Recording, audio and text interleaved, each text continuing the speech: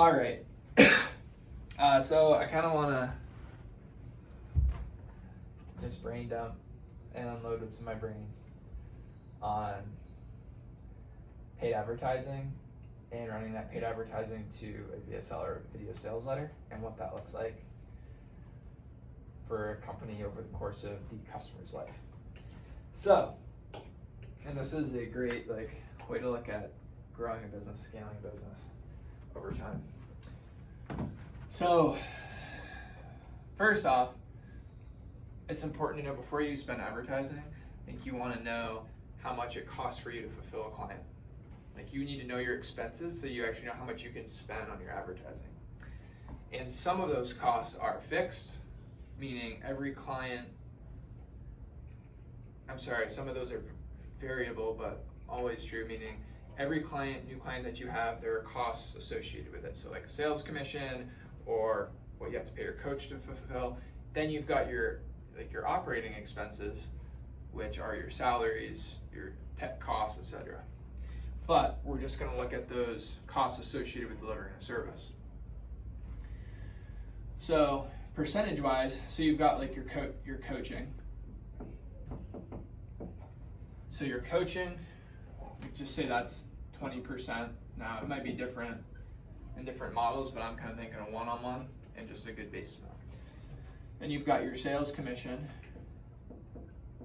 Really, this could be anywhere from 10 to typically 20, 25, depending on if you have an agency or if you have it in-house, if you have a sales manager. I'm just going to use the numbers that we use because there's a 22.5 is what it comes to. Then you've got your transaction fees. So if you're just doing normal credit card, it's like 3% through Stripe. But if you're going to do a firm actually is, and I learned this the other day, it's stupid. A firm charges 6%, but Stripe is still going to charge you their percent on top of it. So it's 9%. So let's assume that our deals are that. So you're financing them, paying full. So just say your transaction fee, 9%. And then you've got your last one, which is your marketing dollars. And this is, once you've got everything set in place, this is the variable that can make a bigger, you have more control over, depending on how effective your advertising, your nurture is. So I'm going to go high, and I'm going to say that our acquisition cost is, our ad cost is 33%. Okay, so if we add all that up, 20% plus 22.5, what's that, 42.5, 51.5, once you got the fee, 51.5 plus 33.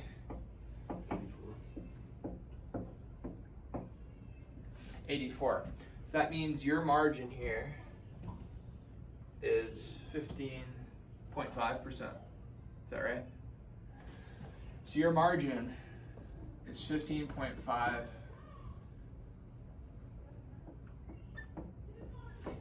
And that is before you have to pay your salaries and your other costs.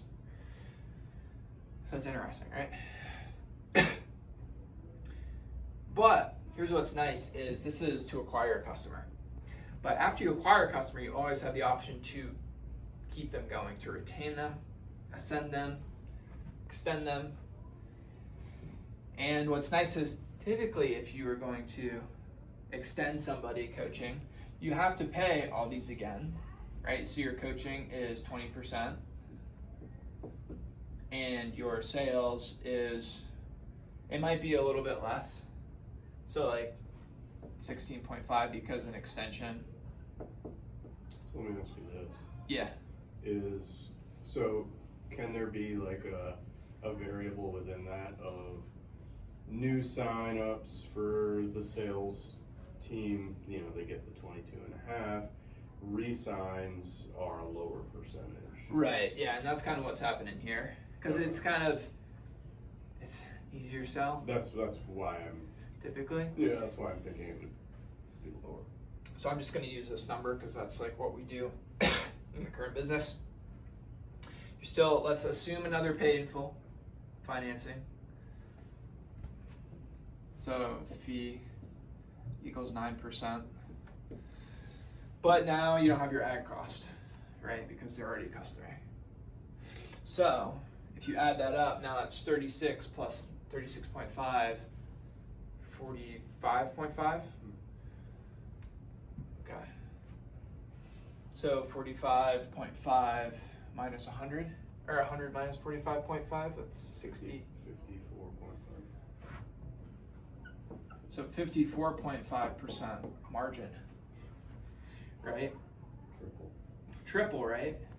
So if you think about, if you're spending advertising, even if it's 33%, and this could be lower, you know, like a 5x ROAS is doable, and that's 20, so you get 13% back. Now you're at 28, which is pretty solid on the front end. But if you start to add this up on the back end, now your margins are way better. And that doesn't, and there could be another sales cycle after this.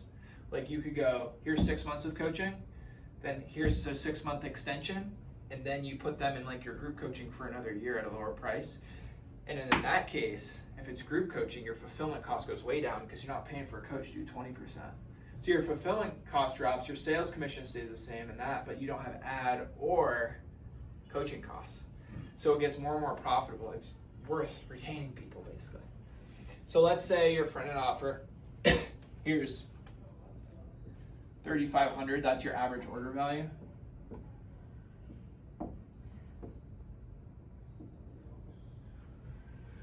So you have your phone. Can you do 15.5% of 3,500? 3,500. Yep. 542.50. So let's say you sell 3,500 on the front end. That's what you make profit. And now let's say you sign them up and it's like $2,000 on an extension. But now your margin's 54.5.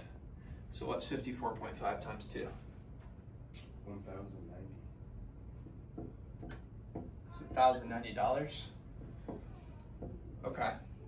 So now if we look at your total orders over your life cycle, it's 3,500 plus 2,000, so you're 5,500.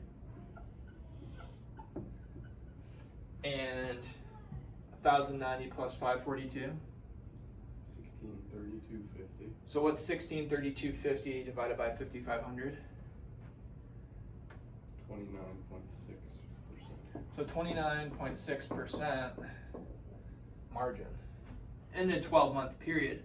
Now let's go back to that same scenario. Now let's say we sell somebody for $1,000 on our group coaching for a year. So program's 1,000. Fulfillment cost, let's just call it 5%. So coaching, 5%. The sales is 16.5.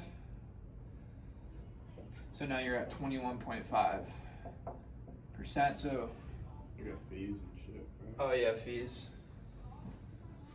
So yep, we'll throw in another 9. So let's just say 30%. So now you're getting 70% margin on another 1,000. So that's 700. So now let's add 1,000 to 5,500. You're at 6,500 in your total lifetime value. You're making 700. So what's another 700? So 700 plus 1090 plus 42. 2332.50. So 22. 2332.50. Okay. And now divide that by 6,500. 36. So 36% margin on the whole deal. So like that's really solid. And then again, you have to figure for your operating costs, so your overhead.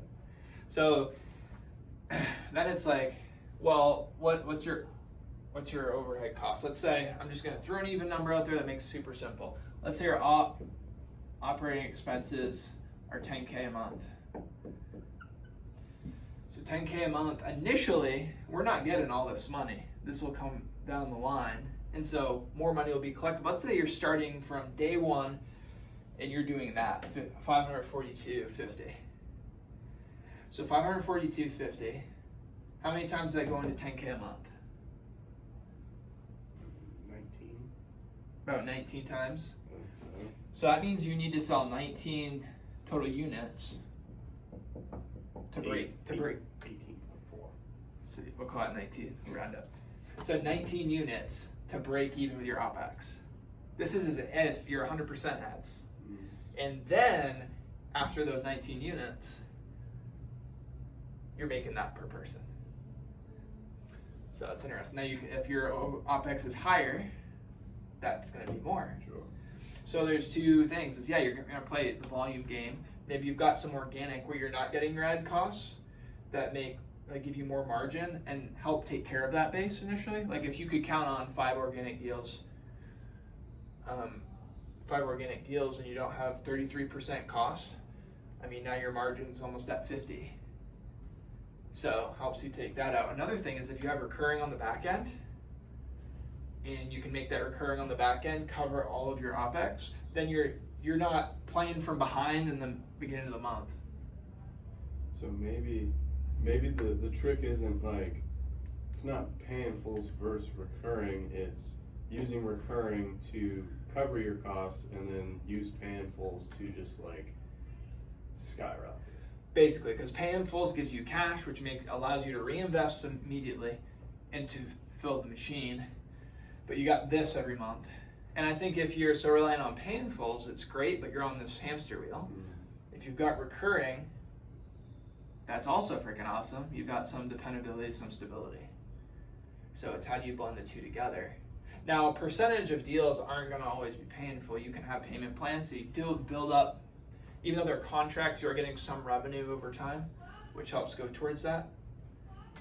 But yeah, it's pretty cool. Would it be helpful in the sense that, and again, this is me thinking, like, would it be smart to do an initial, we'll say 6-month program, paying-full, and then just go right into auto recurring after that 6 month? Like, does that make sense? It could, yeah. It could. It really depends on, I mean, there's a million ways you could set it up. You could set your goal to be a year, like you want people to pay for a year of coaching, no matter what, and then recurring after the year. The thing is, you want, in my mind, people get better results or higher likelihood to get results in the one-on-one. So you want to keep them there as long as they need, and then after that, get them into recurring where they can dip out, like once they've kind of tapped it, maybe on a lower price thing. Because when they're on a recurring or a lower price like group thing, their churn in most cases is going to be higher anyways. Which, now could you have some people on recurring one-on-one coaching too? Yeah. Or maybe like a blended program. But anyways, so it lets you, like, this is really forecasting out a lot of revenue. Now what's cool about like the gym here is, our whole business is based on recurring. So we know every month that we're gonna cover our expenses for the most part, as long as we have normal churn. And painful, at least for us, in our small market, it's like not as powerful because we have such a limited targetable market. But if we were like in a big city and we could target, if we're like New York and we could target a shit ton of people, and if we collected paying-fulls, then we could dump that money right back into ads. And then you could maybe like the 12-week challenge thing, pay a bunch up front into recurring would make sense. I just think in our scenario, like, we can only pump so much in ads before it returns, like our returns aren't there. I find it's way better for us to keep our ad spend low. Not always the case in bigger markets. That's my thought. So anyways, that's just a way to think about advertising. Mm. And even if you don't make a bunch on the front, we're banking on this in the back end.